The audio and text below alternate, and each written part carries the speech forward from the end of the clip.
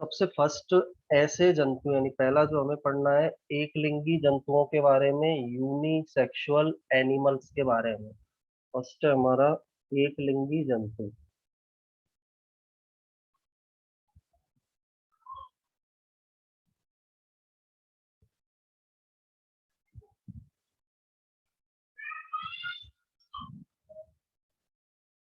एक लिंगी जंतु,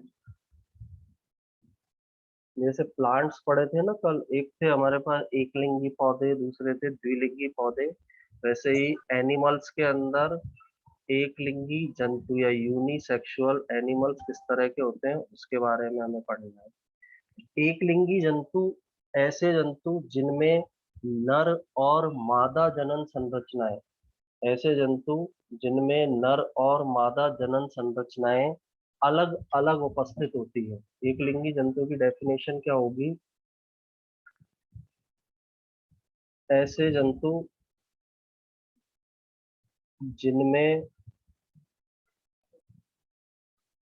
नर व मादा जनन संरचनाएं, नर व मादा जनन संरचनाएं अलग अलग जंतुओं में पाई जाती है, अलग अलग जंतुओं में होती है।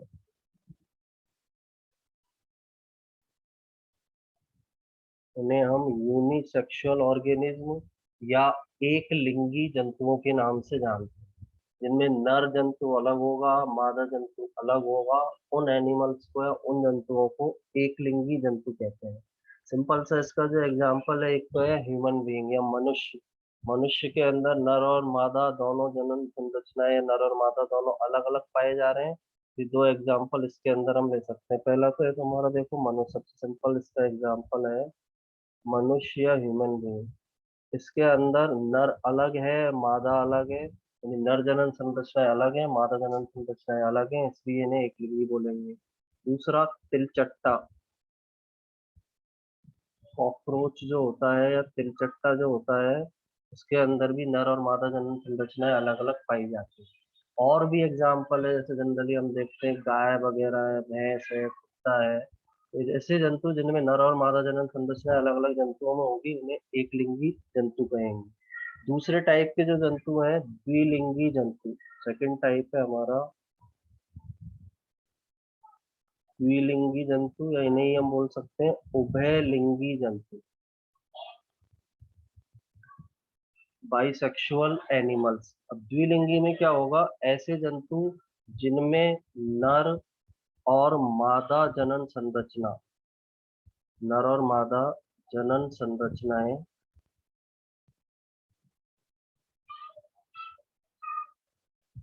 एक ही जंतु में मिलेगी। नर और मादा दोनों जनन संरचनाएं एक ही जंतु में उपस्थित होगी। उन जंतुओं को हम द्विलिंगी जंतु कहते हैं।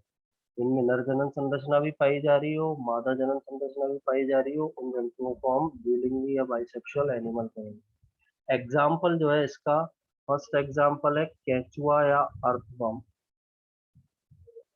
केचुआ, केचुआ जो है उस एनिमल के अंदर एक ही जंतु में नर जनन संरचना भी होती है और मादा जनन संरचना भी होगी। दूसरा इसका एग्जाम्पल होता है जॉक, लीच भी हम इसको बोलते हैं, उसके अंदर भी दोनों जनन संरचनाएं एक ही जंतु में होगी। तीसरा इसका एग्जाम्पल है स्पंज। स्पंज एक एनिमल है जिसमें जो द्विलिंगी है, नर जनन और मादा एक ही में होगी। चौथा एग्जाम्पल होता है टैप वर्म। टैप वर्म को हम फीताकृमी भी बोलते हैं। तो ये जो चारों एग्जाम्पल हमने लिखे हैं, इन चारों के अंदर एक ही जंतु में नरजनन संरचना भी मिलेगी और एक ही जंतु में मादा जनन संरचना भी प्रेजेंट है। तो जंतुओं को भी हम जैसे प्लांट्स को डिवाइड किया था, वैसे ही जंतुओं को दो प्रकार के अंदर हम बांट सकते हैं, एक लिंगी और द्विलिंगी।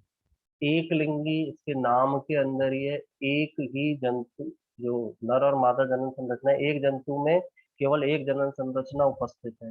द्विलिंगी एक जंतु में दोनों जनन संरचनाएं उपस्थित होंगी। तो दो प्रकार के जंतु पाए जाते हैं। जैसे प्लांट्स दो तरह के थे, एक लिंगी और द्विलिंगी, वैसे जंतु भी दो प्रकार के होते हैं। अब जब गैमेट का फॉर्मेशन, यानी जो हम हेडिंग पढ़ रहे हैं वो हेडिंग क्या थी, युग्मक जनन, जिसे हम गैमेट फॉर्मेशन बोलते हैं, युग्मकों का निर्माण होना कहते हैं। तो युग्मकों के निर्माण के दौरान कोशिका के अंदर कुछ विभाजन होते हैं, यानी जब गैमेट बनेंगे या युग्मक बनेंगे तो युग्मक निर्माण के दौरान किस प्रकार से कोशिका विभाजन होता है वो नेक्स्ट हमें पढ़ना है। तो नेक्स्ट जो हमारी हेडिंग है, युग्मक निर्माण के दौरान कोशिका विभाजन। युग्मक निर्माण के दौरान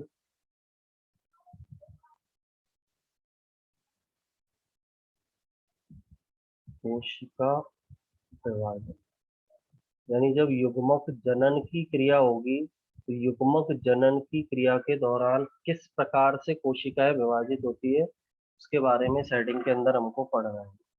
अब इसके अंदर क्या है, देखो, जनक जो होता है, यानी जिनसे युग्मक बन रहे हैं या जिनसे संतान उत्पन्न हो रही है, वो दो कंडीशन में पाया जाता है। या तो जो जनक है वो अगुणित होगा, जनक दो कंडीशन में हो सकते हैं, या तो जनक होगा अगुणित, या फिर जनक जो होता है वो कैसा हो सकता है, द्विगुणित। अगुणित को हम दर्शाते हैं एन से, द्विगुणित को हम दर्शाते हैं 2n से। दोनों प्रकार के जनक हो सकते हैं, यानी अलग अलग जीवों में किसी के अंदर जनक हैप्लॉइड होगा, अगुणित होगा, किसी के अंदर जनक कैसा होगा, द्विगुणित होगा। अगुणित और द्विगुणित का मतलब ये होता है जिसमें क्रोमोसोम नंबर आदि पाई जा रही हो उसे हम अगुणित बोलते हैं, जिसमें डबल पाई जा रही हो उसको क्या बोला जाता है, द्विगुणित। तो जनक के अगुणित होने या द्विगुणित होने पर भी युग्मक हमेशा अगुणित होते हैं, यानी जनक अगुणित है तो भी इससे बनने वाले जो युग्मक होंगे वो कौन से होंगे, अगुणित। जनक द्विगुणित है तो भी इससे बनने वाले जो युग्मक है वो कौन से होंगे, अगुणित। यानी गैमेट या युग्मक हमेशा अगुणित होता है। जनक अगुणित है तो भी गैमेट या युग्मक अगुणित होगा, जनक द्विगुणित है तो भी युग्मक या गैमेट जो होता है वो अगुणित पाया जाता है। यदि जनक अगुणित है तो इसके अंदर जब युग्मकों का निर्माण होगा तो विभाजन होता है समसूत्री विभाजन। यहाँ पर जो विभाजन होता है वो कौन सा विभाजन है, समसूत्री विभाजन। जनक यदि अगुणित है तो उससे जो अगुणित युग्मक बनेंगे वो अगुणित युग्मक कौन से विभाजन से बन रहे हैं, समसूत्री विभाजन या माइटोसिस से। जनक यदि द्विगुणित है, डिप्लॉइड है, तो इसके अंदर होगा अर्धसूत्री विभाजन। यानी जब द्विगुणित है तो उसमें अर्धसूत्री विभाजन होगा जिससे अगुणित युग्मक का फॉर्मेशन होगा। समसूत्री विभाजन में गुणसूत्र संख्या समान रहती है। गुणसूत्र संख्या समान का मीनिंग क्या है, जैसे हमने मान लिया जनक जो अगुणित है इसके अंदर क्रोमोसोम की संख्या है 10, यानी एन की वैल्यू यहाँ पर कितनी है, 10। इसमें जो समसूत्री विभाजन हुआ इससे युग्मक के अंदर भी गुणसूत्र की संख्या कितनी पाई जाएगी, 10। समसूत्री विभाजन में गुणसूत्रों की संख्या समान रहती है, 10 इसमें है तो इसके युग्मक में भी कितने मिलेंगे, 10 क्रोमोसोम। इस वाले के अंदर 2n कंडीशन है, यहाँ हमने मान लिया क्रोमोसोम नंबर कितने हैं, 40। यहाँ क्रोमोसोम की संख्या है 40। तो जब अर्धसूत्री विभाजन होगा, अर्धसूत्री विभाजन में जो गुणसूत्र संख्या होती है वो आधी हो जाती है। आधी होगी तो युग्मक के अंदर या गैमेट के अंदर संख्या कितनी हो जाएगी, 20। यानी जनक यहाँ 2n था, युग्मक जो हमें यहाँ पर मिला है वो कौन सा मिलेगा, n। n या फिर इसी को हम क्या बोलते हैं, एवन। सिंपल सा इसके अंदर हमें ये याद रखना है, जब युग्मकों का निर्माण हो रहा है, जनक जीव जो है वो चाहे अगुणित हो या द्विगुणित हो, युग्मक हमेशा अगुणित होते हैं, युग्मक कभी भी डिप्लॉइड या द्विगुणित नहीं होते। यदि जनक अगुणित है तो उसमें समसूत्री विभाजन से अगुणित युग्मक बन जाएंगे। यदि जनक द्विगुणित है तो उसमें अर्धसूत्री विभाजन से अगुणित युग्मकों का निर्माण हो। यानी हर कंडीशन में युग्मक या गैमेट जो होता है वो हमेशा कैसा होता है, अगुणित होता है, हैप्लॉइड होता है या एन होता है। तो सिंपल से इसके अंदर हमें ये चीजें याद रखनी, किस तरह से अगुणित से युग्मक जो अगुणित बनेंगे वो किस विभाजन से बनते हैं, और द्विगुणित से अगुणित युग्मक किस विभाजन के द्वारा बनते हैं। इसके बाद अब इनके कुछ एग्जाम्पल्स जैसे हम देखें, अगुणित जनक का जो एग्जाम्पल है, ये जो अगुणित है, अगुणित जनक के एग्जाम्पल्स होते हैं। पहला एग्जाम्पल है इसका शैवाल। शैवाल जो है वो अगुणित होते हैं। दूसरा इसका एग्जाम्पल है फंजाई। फंजाई बोलते हैं हम कवक को, फंजाई, इसी को क्या बोलेंगे हम, कवक। इसका ये भी अगुणित है। तीसरा ब्रायोफाइटा जो होते हैं, ब्रायोफाइटा भी कैसे होते हैं, अगुणित है। 11th क्लास के अंदर हमने प्लांट्स को डिवाइड किया था। प्लांट्स को हमने मेनली 5 ग्रुप के अंदर बांटा था। पहला ग्रुप था शैवाल, एल्गी। दूसरा जो ग्रुप था ब्रायोफाइटा। तीसरा ग्रुप था टेरिडोफाइटा। तीसरे चैप्टर के अंदर था ये सारा, है ना। चौथा ग्रुप था जिम्नोस्पर्म प्लांट का। और पांचवा जो प्लांट का है, पादप जगत का ग्रुप था, वो कौन सा था, एंजियोस्पर्म। तो इनमें से शैवाल और ब्रायोफाइटा में जनक कैसे होते हैं, अगुणित होते हैं। फंजाई जगत हमने एक अलग से पढ़ा था, तीसरे नंबर का जगत। 5 जगत पढ़े थे हमने, Monera, protista, fungi, Plantae, animalia. तो वो वाले फंजाई है। ये हैप्लॉइड होते हैं या फिर कैसे होते हैं, अगुणित होते हैं। द्विगुणित जो प्लांट्स हैं उनके एग्जाम्पल्स कौन कौन से हैं, देखो। द्विगुणित प्लांट के अंदर अब बचे कौन से, यहाँ पर प्लांट के ग्रुप 3 बचे हमारे पास, एक टेरिडोफाइटा, एक जिम्नोस्पर्म, एक एंजियोस्पर्म। ये तीनों के तीनों जो हैं ये कैसे होते हैं, द्विगुणित होते हैं। यानी पौधों के अंदर जो शैवाल और ब्रायोफाइटा है, ये तो कैसे पाए जा रहे हैं, अगुणित पाए जा रहे हैं।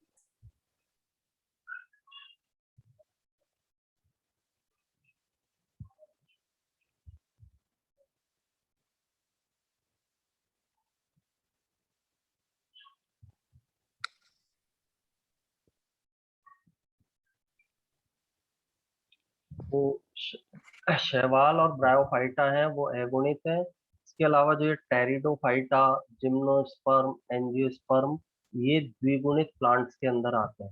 तो एग्जाम्पल्स को हमें याद रखना है, कौन कौन से अगुणित जनक होते हैं और कौन कौन से द्विगुणित जनक पाए जाते हैं। अब इसमें सिंपल सा जो ध्यान रखने वाली चीजें हैं, जनक अगुणित हो या द्विगुणित हो, युग्मक हमेशा अगुणित होता है। युग्मक में गुणसूत्रों की संख्या हमेशा अगुणित फॉर्म में मिलेगी या हैप्लॉइड फॉर्म में पाई जाएगी। अगुणित जो प्लांट है उनके एग्जाम्पल है शैवाल, फंजाई, ब्रायोफाइटा। फंजाई क्या है, एक्चुअल में अलग है लेकिन लगभग पौधे के समान है। पहले इसे प्लांट की जगत में ही रखा जाता था, इसलिए यहाँ हमने प्लांट के अंदर इसका एग्जाम्पल लिया है। टेरिडोफाइटा, जिम्नोस्पर्म, एंजियोस्पर्म, ये तीनों के तीनों किस प्रकार के जनक है, द्विगुणित। इनके अंदर जब युग्मक बनेंगे तो कौन सा विभाजन होगा, समसूत्री विभाजन। क्योंकि ये अगुणित है और समसूत्री विभाजन में गुणसूत्रों की संख्या सेम रहती है। जैसे यहाँ 10 है तो यहाँ पर कितनी रह रही है, 10 रह रही है। इनके अंदर जब युग्मक का निर्माण होगा तो यहाँ पर जो विभाजन होगा वो कौन सा विभाजन पाया जा रहा है, अर्धसूत्री विभाजन इनके अंदर पाया जाता है, या मियोसिस या फिर अर्धसूत्री विभाजन यहाँ पर प्रेजेंट होगा। इसके बाद कुछ ऑर्गेनिज्म के अंदर या कुछ जीवों के अंदर हमें गुणसूत्र की संख्या को पढ़ना है कि कौन से ऑर्गेनिज्म में, कौन से जीव में किस तरह के क्रोमोसोम पाए जा रहे हैं, किस तरह के गुणसूत्र उसके अंदर प्रेजेंट होते हैं। जैसे पहला है हमारा मनुष्य। मनुष्य के अंदर क्रोमोसोम नंबर कितने होते हैं ये तुम लोगों को बताना है। अंजलि, अंजलि गुप्ता, आवाज आ रही है? मनुष्य के अंदर गुणसूत्रों की संख्या बताओ हाँ। कितनी होती है। मनुष्य में एक कोश 46। 46। मनुष्य में कितने क्रोमोसोम पाए जा रहे हैं? 46। 46 जो क्रोमोसोम नंबर पाई जा रही है, 46 जो क्रोमोसोम नंबर पाई जा रही है, 46 क्रोमोसोम है। पहला हमने एग्जाम्पल पढ़ा मनुष्य, फर्स्ट एग्जाम्पल मनुष्य। इसके अंदर गुणसूत्र की 2n नंबर है 46। तो अगुणित संख्या इसकी क्या हो जाएगी? 46 का आधा कर दो, अगुणित संख्या इसकी कितनी होगी? 23। तो हमारे अंदर जो एक सेल है या कायिक कोशिका है, कायिक कोशिका उसको बोलते हैं हम, जो हमारे शरीर का निर्माण करती है, वो होती है द्विगुणित कोशिका। और उसके अंदर कितने क्रोमोसोम पाए जा रहे हैं? 46। हमारी जो जनन कोशिका है, जनन कोशिका का मतलब है नर के अंदर शुक्राणु, मादा के अंदर क्या होती है? अंडाणु। हैप्लॉइड नंबर में होती है, अगुणित होती है, इसमें गुणसूत्रों की संख्या कितनी होती है? 23। हमारे शरीर में जो शरीर का निर्माण करने वाली कोशिकाएं हैं, उनके अंदर गुणसूत्र संख्या कितनी है? 46। जबकि ऐसी कोशिकाएं जो युग्मक में पाई जा रही है या जनन कोशिका में पाई जा रही है, शुक्राणु में, नर के अंदर शुक्राणु में, और मादा के अंदर किसमें पाई जा रही है? अंडाणु में, उनके अंदर क्रोमोसोम की संख्या कितनी होती है? 23 पाई जाएगी, यानी अगुणित संख्या उनके अंदर उपस्थित होती है। इसके बाद हम दूसरा एग्जाम्पल पढ़े, जो कुत्ता होता है।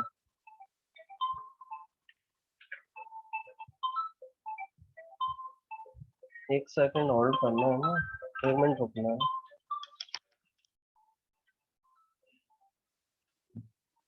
हाँ जी, हाँ, बोलो। नहीं नहीं, कॉल होल्ड करना है।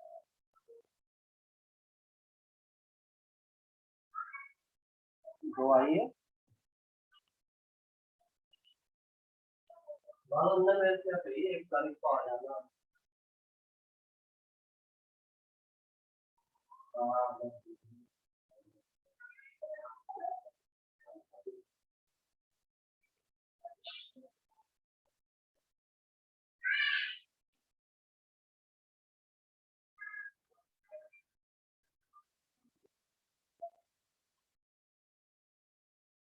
हाँ, बोलो।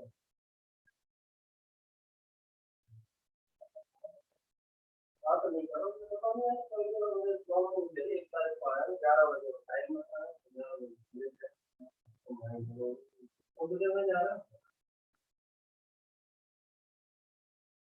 हाँ देखिए, 11 बजे चले जाऊँ।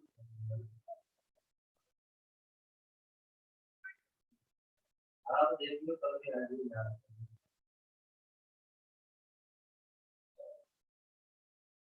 हाँ,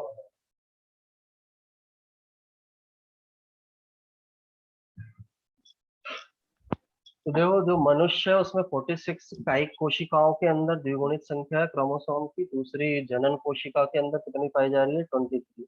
एक एग्जाम्पल ले हम कुत्ते का। कुत्ते के अंदर जो गुणसूत्रों की द्विगुणित संख्या है, 2n नंबर जो क्रोमोसोम की पाई जा रही है, वो है 78। तो इसके अंदर हैप्लॉइड नंबर जस्ट इसका आधा कर दो।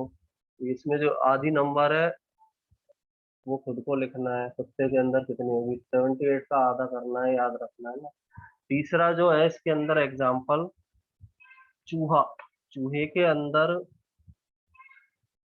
जो गुणसूत्रों की द्विगुणित संख्या है या कायिक कोशिका के अंदर जो क्रोमोसोम पाए जा रहे हैं, उनका नंबर होता है 42। तो इसके अंदर हैप्लॉइड नंबर कितना हो जाएगा? 21 हो जाएगा। इसके अंदर जो है 39। फिर फोर्थ नंबर चूहे के बाद है हमारा सेब। प्लांट्स की यदि हम बात करें, सेब के अंदर गुणसूत्रों की डिप्लॉयड नंबर होती है 48, और हैप्लॉयड नंबर इसका आधा कर देंगे हम, कितनी हो जाएगी 22। जैसे कुछ ऑर्गेनिज्म है जिनके अंदर गुणसूत्र संख्या द्विगुणित संख्या क्या है और अगुणित संख्या क्या है, उनके बारे में हमको द्विगुणित का जस्ट आधा कर दो या अगुणित का जस्ट डबल कर दो, वो उसकी द्विगुणित संख्या होती है। अब इनमें क्या है, एक टेबल है, वो मैं टेबल तुमको इस क्लास के बाद सेंड कर दूंगा, उसको और कॉपी में बना लेना है। यानी कुछ ऑर्गेनिज्म के अंदर गुणसूत्रों की संख्या कितनी होती है, कैसे होती है, वो टेबल है, उसमें से नंबर गुणसूत्र संख्या हमको देखनी है। इसमें एक मेन जो याद रखना है हमें, एक फर्न है। फर्न प्लांट होते हैं ना, प्लांट के अंदर आता है ऑफियोग्लोसम। फर्न का नाम है ऑफियोग्लोसम। ऑफियोग्लोसम फर्न के अंदर गुणसूत्रों की 2n नंबर 1260 होती है। यानी इसके अंदर अत्यधिक संख्या में क्रोमोसोम पाए जा रहे हैं 2n नंबर में 1260। हैप्लॉइड नंबर जो है इसके अंदर, या अगुणित संख्या कितनी हो जाएगी इसके अंदर 630। इसका मेनली याद रखना है, ऑफियोग्लोसम में कितने क्रोमोसोम पाए जाते हैं। टेबल भेजूंगा ना, उसके अंदर भी मिलेगा ये। दूसरा, एक जो इसके अंदर हमें याद रखना है, मक्खी जो होती है घरेलू मक्खी, मस्का डोमेस्टिका जिसे बोला जाता है, घरेलू मक्खी, मस्का डोमेस्टिका इसका बायोलॉजिकल नेम है। इसके अंदर डिप्लॉयड नंबर 12 है, हैप्लॉयड नंबर इसके अंदर कितने पाए जाते हैं, 6 पाए जाते हैं। इस तरह से कुछ ऑर्गेनिज्म है जिनके क्रोमोसोम नंबर को हमें ध्यान रखना है। एक टेबल भेजूंगा, उसको कॉपी के अंदर नोट डाउन करना है। तो या काइक कोशिका, ये जो 2n नंबर है ना, ये कौन सी सेल के अंदर मिलेगी, काइक में। और जो हैप्लॉइड नंबर है n, ये जनन कोशिका। जनन कोशिका का मतलब है नर में जनन कोशिका होती है शुक्राणु या स्पर्म। मादा के अंदर जनन कोशिका जो होती है वो कौन सी होती है, ओवम, या फिर क्या होगी, अंडाणु। तो शुक्राणु या अंडाणु में 23 होते हैं क्रोमोसोम जो बॉडी का फॉर्मेशन कर रही है। उन सेल के अंदर जो है क्रोमोसोम जस्ट उसके डबल पाए जाएंगे, 46 ह्यूमन के अंदर पाए जाते हैं।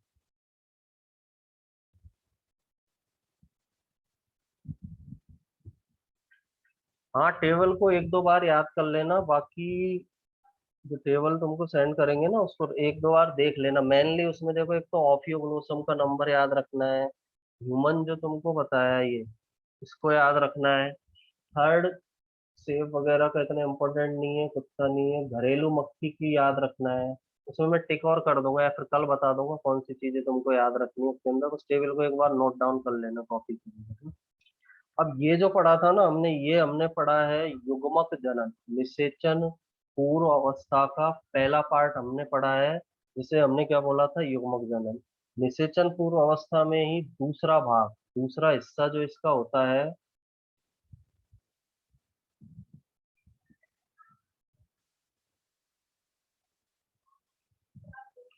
दूसरा इसका हिस्सा है युग्मक स्थानांतरण। निषेचन पूर्व अवस्था में दूसरा पार्ट इसका युग्मक स्थानांतरण। अब देखो, फर्स्ट जो हमने पढ़ी थी हेडिंग युग्मक जनन, उसके अंदर तो क्या हुआ था, युग्मकों के निर्माण के बारे में हमने पढ़ा कि यदि अगुणित जनक है तो उसमें अर्धसूत्री विभाजन से युग्मक बनते हैं। यदि द्विगुणित जनक है तो उसमें, सॉरी, अगुणित जनक है तो उसमें समसूत्री विभाजन से युग्मक बनते हैं। और द्विगुणित जनक है तो उसमें अर्धसूत्री विभाजन से युग्मक बनते हैं। अगुणित प्लांट्स के कुछ एग्जाम्पल हमने पढ़े, शैवाल, फंजाई जो होते हैं, कवक, ब्रायोफाइटा, ये अगुणित है। द्विगुणित के एग्जाम्पल टाइडोफाइटा, जिम्नोस्पर्म और एंजियोस्पर्म है। एक लिंगी जंतु, द्विलिंगी जंतु, एक लिंगी पौधे, द्विलिंगी पौधे, इनके बारे में पढ़ा है। अब नेक्स्ट जो हमें पढ़ना है, युग्मक स्थानांतरण। एक बार जब युग्मक का निर्माण हो गया, युग्मक जब बन गया, उसके बाद उसका ट्रांसफर या स्थानांतरण किस तरह से होता है। युग्मकों के निर्माण के बाद वो एक दूसरे के पास कैसे आते हैं, एक दूसरे से कैसे मिलते हैं, उस प्रोसेस को अब हमें आगे इसके अंदर पढ़ना है। तो युग्मक स्थानांतरण में क्या होगा, सबसे पहले जो युग्मक जनन है उसके अंदर युग्मकों का निर्माण हुआ। यानी पहले, इससे पहले की प्रोसेस के अंदर युग्मकों का निर्माण हुआ। दो तरह के गैमेट बने, एक गैमेट युग्मक बना नर युग्मक और दूसरा युग्मक बना मादा युग्मक। एक बना नर और दूसरा जो गैमेट है युग्मक बना वो कौन सा, मादा युग्मक। ये दोनों युग्मक बनने के बाद एक दूसरे के पास आते हैं। दोनों युग्मक बने, एक दूसरे के पास आएंगे। पास क्यों आएंगे? जिससे कि निषेचन की क्रिया संपन्न हो सके। एक मेल गैमेट बना, मान लो स्पर्म, स्पर्म को हमने से रिप्रेजेंट कर दिया। एक फीमेल गैमेट बना, ओवम, अंडाणु। ये स्पर्म है, ये ओवम है। तो ये दोनों एक दूसरे के पास आएंगे, जिससे कि फर्टिलाइजेशन की क्रिया को या निषेचन की क्रिया को संपन्न किया जा सके। एक दूसरे के पास आते हैं, एक दूसरे के पास आकर ये निषेचन क्रिया को संपन्न करते हैं। अब ये जो प्रोसेस है, युग्मकों के एक दूसरे के पास आने की जो क्रिया है, उसे ही हम युग्मक स्थानांतरण कहते हैं। युग्मकों के निर्माण के बाद नर और मादा युग्मक एक दूसरे के पास आते हैं, जिससे निषेचन क्रिया संपन्न हो सके। इस क्रिया को युग्मक स्थानांतरण के नाम से जाना जाता है। अधिकांश जो जीव हैं, ज्यादातर ऑर्गेनिज्म के अंदर नर युग्मक गतिशील होता है। यानी अधिकांश जीवों में नर युग्मक जो है वो गतिशील होगा, यानी उसके अंदर गति करने की क्षमता पाई जाएगी। जबकि जो मादा युग्मक है वो अगतिशील होता है या स्थिर होता है। मादा युग्मक स्थिर होगा। अधिकांश जीवों में नर युग्मक गतिशील होगा, मूवमेंट मिलेगी उसमें। जबकि मादा युग्मक है वो स्टेबल होता है। जैसे इसका सिंपल सा एग्जांपल हमने ह्यूमन बीइंग, मनुष्य। मनुष्य में जो नर युग्मक शुक्राणु है वो गतिशील है, यानी नर युग्मक में मूव करने की कैपेसिटी पाई जा रही है। जबकि अंडाणु जो पाया जा रहा है वो कैसा होता है, स्थिर होता है। अंडाणु मूव नहीं करता है, मादा के शरीर के अंदर वो प्रेजेंट रहता है। तो अधिकांश जीवों में नर युग्मक गतिशील होता है, मादा युग्मक क्या होता है, स्थिर। अब इसके अपवाद हैं दो, एक शैवाल और एक कवक। ये जो हमने टर्म बोली है ना, अधिकांश जीवों में नर युग्मक गतिशील है, मादा युग्मक स्थिर है, इसके अपवाद क्या है? एक तो शैवाल इसका अपवाद है, एल्गी। और दूसरा फंजाई, यानी कवक जो है वो इसके अपवाद होते हैं। इनके अंदर क्या है, नर युग्मक गतिशील नहीं होगा, वो भी एक जगह पर पॉजिटेड होगा। मादा युग्मक भी गतिशील नहीं होगा, वो भी एक जगह पर क्या होता है, स्थिर होता है। या ये कंडीशन हो सकती है दोनों ही युग्मक गतिशील होते हैं। यानी इनके अंदर क्या कंडीशन और हो सकती है, या तो दोनों अस्थिर हो या दोनों गतिशील हो। शैवाल में क्या कंडीशन हो सकती है, नर युग्मक भी गतिशील और मादा युग्मक भी कैसा हो सकता है, गतिशील। दोनों ही गतिशील हो सकते हैं। दूसरा, दोनों ही अगतिशील हो सकते हैं। तो ये इसके अपवाद कहलाते हैं, क्योंकि अधिकांश जीवों में नर युग्मक गतिशील है, मादा युग्मक स्थिर है। जबकि शैवाल में नर युग्मक और मादा युग्मक दोनों ही कैसे पाए जा रहे हैं, गतिशील। ऐसा ही फंजाई में होगा। फंजाई जो होते हैं ना, कवक, उनमें दोनों ही कैसे होते हैं, गतिशील। अब शैवाल और कवक के अंदर इनको मूवमेंट करने के लिए, नर और मादा युग्मकों को गति करने के लिए एक माध्यम की आवश्यकता होती है। भाई शैवाल पाए जाते हैं, कहाँ पाए जाते हैं ये तुम लोग बताओगे? कीर्ति, कीर्ति मीना,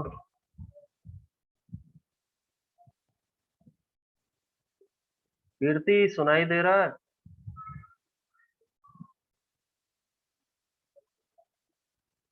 जानवी,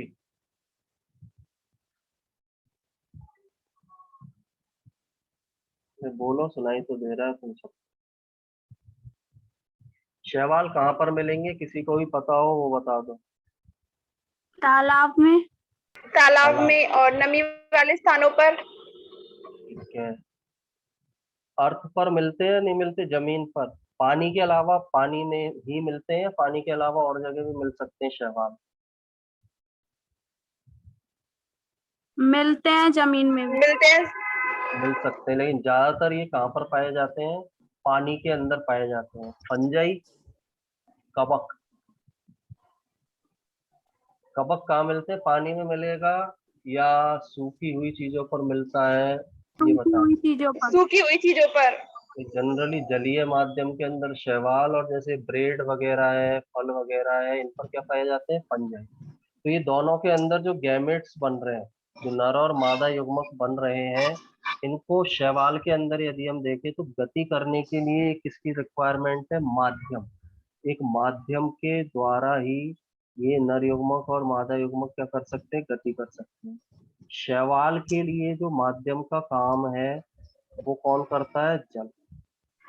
ये शैवाल क्या करते हैं? जो नर युग्मक मादा युग्मक है उनको पानी के अंदर छोड़ देंगे और पानी के माध्यम से नर और मादा युग्मक मूवमेंट करते हैं, गति करते हैं, एक दूसरे के पास आते हैं और एक दूसरे के पास आकर ये निषेचन क्रिया को संपन्न कराते हैं।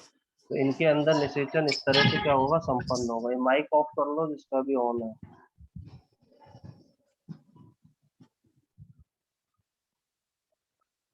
दोनों के दोनों इनमें क्या है? माध्यम की रिक्वायरमेंट होती है नर और मादा युग्मक को गति करने के लिए, और यहाँ माध्यम का काम कौन कर रहा है? वाटर या जल यहाँ पर माध्यम का काम करता है। अब प्लांट की यदि हम बात करें, जनरली शैवाल भी प्लांट में ही आते हैं, लेकिन अलग से यदि हम पादप की बात करें तो पौधों के अंदर क्या होता है? पौधों में एक संरचना है नर जनन अंग और दूसरी स्ट्रक्चर है मादा जनन अंग। पौधों के नर जनन अंग को कहा जाता है पुंकेसर और मादा जनन अंग को कहा जाता है जायांग। फ्लावर के अंदर ये पाए जाते हैं। नर जनन अंग को पुंकेसर कहेंगे, मादा जनन अंग को हम क्या बोलेंगे? जायांग बोलेंगे। पुंकेसर जो संरचना है उसके अंदर पराग कण उपस्थित होते हैं। पुंकेसर में पराग कण पाए जा रहे हैं जो एक तरह के कौन से युग्मक हैं? नर युग्मक। जायांग के अंदर अंडप या बीजांड पाया जाता है जो कौन से युग्मक का काम करता है? मादा युग्मक। अब ये जो पौधे हैं ना वो है हमारे जिम्नोस्पर्म और एंजियोस्पर्म। जिम्नोस्पर्म एंजियोस्पर्म इनके अंदर क्या है? पुंकेसर पाए जा रहे हैं। पुंकेसर में पराग कण नर युग्मक पाए जा रहे हैं और मादा जननांग जायांग में अंडप या फिर मादा युग्मक प्रेजेंट हो। अब यहाँ भी क्या करना होगा? पौधों में जो पुंकेसर पाया जा रहा है इससे पराग कणों को,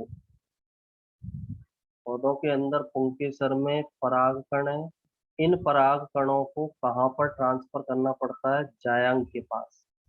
पौधों में जो नर युग्मक है पराग कण, इसको कहाँ पर स्थानांतरित करना होता है? जायांग के पास स्थानांतरित करना होता है। और इस स्थानांतरण के अंदर अनेक प्रकार के कारक सहायता करते हैं, जैसे कीट इसके अंदर सहायता कर सकता है। पानी में यदि कोई पौधा पाया जा रहा है तो वो जल इसके अंदर सहायता करेगा। स्थल पर कोई पौधा पाया जा रहा है तो वायु के द्वारा पराग कणों को कहाँ ले जाया जाएगा? जायांग के पास ले जाया जाएगा। मक्खी जो मधुमक्खियां वगैरह होती है वो इसके अंदर ट्रांसफर में क्या करती है? सहायता करती है। बहुत सारे साधन है जिनकी सहायता से पुंकेसर से परागकण जायांग के अंडक के पास पहुंचते हैं। और जब ये जायांग के अंडक के पास पहुंचेंगे, नर युग्मक जब जायांग में इस अंडक संरचना के पास पहुंचेंगे, दोनों एक दूसरे से मिलेंगे। परागकण और अंडक जब एक दूसरे से मिलेंगे तो प्लांट के अंदर निषेचन की क्रिया या फर्टिलाइजेशन की क्रिया संपन्न होती है। तो इस तरह से प्लांट में युग्मकों का क्या होगा? स्थानांतरण होगा। शैवाल कवक में हमने पढ़ा था वो जल के माध्यम से या वायु के माध्यम से उनके अंदर जो युग्मक है उनका क्या होता है? ट्रांसफर होता है। अब मेनली यहाँ पढ़ना प्लांट्स के बारे में है क्योंकि एनिमल जो है उसके बारे में अलग से चैप्टर दे रखा है ह्यूमन बीइंग में, मानव जनन। उसके अंदर हम पढ़ेंगे किस तरह से शुक्राणु का ट्रांसफर अंडाणु तक होता है या नर से शुक्राणु किस तरह मादा के अंदर ट्रांसफर होता है। तो अभी जो इसके अंदर याद रखना है, युग्मक स्थानांतरण वाली हेडिंग में, युग्मक स्थानांतरण में क्या हो रहा है? युग्मक जनन की एक प्रोसेस हमने पढ़ी, उसमें क्या हुआ? युग्मकों का निर्माण हुआ। यानी इससे पहले वाला पार्ट पढ़ा हमने युग्मक जनन, उसमें किसका निर्माण हुआ? युग्मकों का। एक नर युग्मक और दूसरा कौन सा युग्मक बना? मादा युग्मक। ये दोनों नर युग्मक एक दूसरे के पास आते हैं जिससे कि निषेचन की क्रिया संपन्न हो सके। निषेचन बोला जाता है नर और मादा युग्मक के आपस में मिलने की क्रिया। अब अधिकांश जीवों के अंदर क्या गुण पाया जा रहा है? उनमें नर युग्मक गतिशील होता है और मादा युग्मक कैसा होता है? स्थिर। एग्जाम्पल बताया मैंने ह्यूमन का, मानव में। मानव में शुक्राणु गतिशील है और अंडाणु कैसा पाया जा रहा है? स्थिर है या स्टेबल है। इसके अपवाद कौन से हैं? शैवाल और फंजाई, इनमें दोनों ही गतिशील है, नर युग्मक भी गतिशील और मादा युग्मक भी गतिशील। शैवाल के अंदर जनरली जो नर युग्मक मादा युग्मक तक जाएगा तो माध्यम की आवश्यकता होगी, उस माध्यम का काम कौन करता है? वाटर करता है। कवक के अंदर हवा की सहायता से ये जो नर युग्मक है ये मादा युग्मक के पास मूव करते हैं या गति करते हैं। प्लांट के अंदर, प्लांट भी ध्यान रखना है, या जिम्नोस्पर्म और एंजियोस्पर्म, क्योंकि शैवाल भी प्लांट एक तरह का है ना, तो जिम्नोस्पर्म है, एंजियोस्पर्म